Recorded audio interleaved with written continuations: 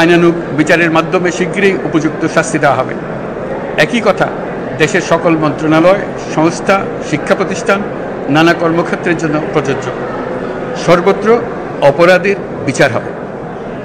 আজ প্রত্যেকটি প্রতিষ্ঠান ও তার সদস্যরা নিজ নিজ কর্তব্য পালন করার মাধ্যমে দ্বিতীয় স্বাধীনতাকে উপভোগ করবেন, দেশকে গৌরবের শীর্ষে নিয়ে যাবেন এবং দেশবাসীকে এবং জগৎবাসীকে উপভোগ করার সুযোগ করে দেবেন।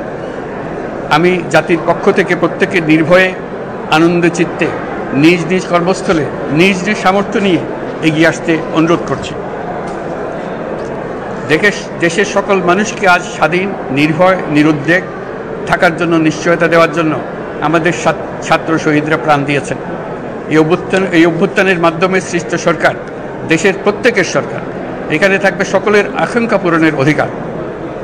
অরাজকতার বিষ বাষ্প এখন যেই ছড়াবে, বিজয়ী ছাত্র জনতা সহ মুক্ত মানুষের আইনশৃঙ্খলা বাহিনীর পূর্ণ শক্তি তাকে ব্যর্থ করে দেবে।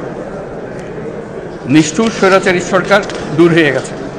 কাল সূর্য উদয়ের সঙ্গে সঙ্গে গণতন্ত্রের, সুবিচারের, মানবাধিকারের, নির্ভয়ে মত প্রকাশের পূর্ণ স্বাধীনতার জন্য সকলের স্বাচ্ছন্দ্যে জীবন ধারণের সুযোগ প্রদানের সচেষ্ট সরকারের ঘনিষ্ঠ সান্নিধ্য ও সহমর্মী পরশ দলমত নির্বিশেষে সবাই উপভোগ করবে। এটাই আমাদের লক্ষ্য। আমাদেরকে এই লক্ষ্য পূরণে সাহায্য করুন। সারা বিশ্ব আজ অবাক হয়ে বলছে, সাবাস বাংলাদেশ, সাবাস বাংলাদেশের ছাত্র জনতা। আমরা এই অর্জনটাকে আর অনেক দূর নিয়ে যেতে চাই। আমাদের ছাত্র জনতার জন্য কিছুই অসম্ভব নয়।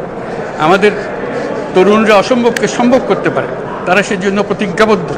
যদি আমরা ঐক্যবদ্ধ থাকি, ধ্বংসাত্মক কর্মকাণ্ড থেকে দূরে থাকি, সবার জন্য মুক্ত পরিবেশ সৃষ্টি করতে পারি, আমাদের বিজয় অবশ্যই হবে।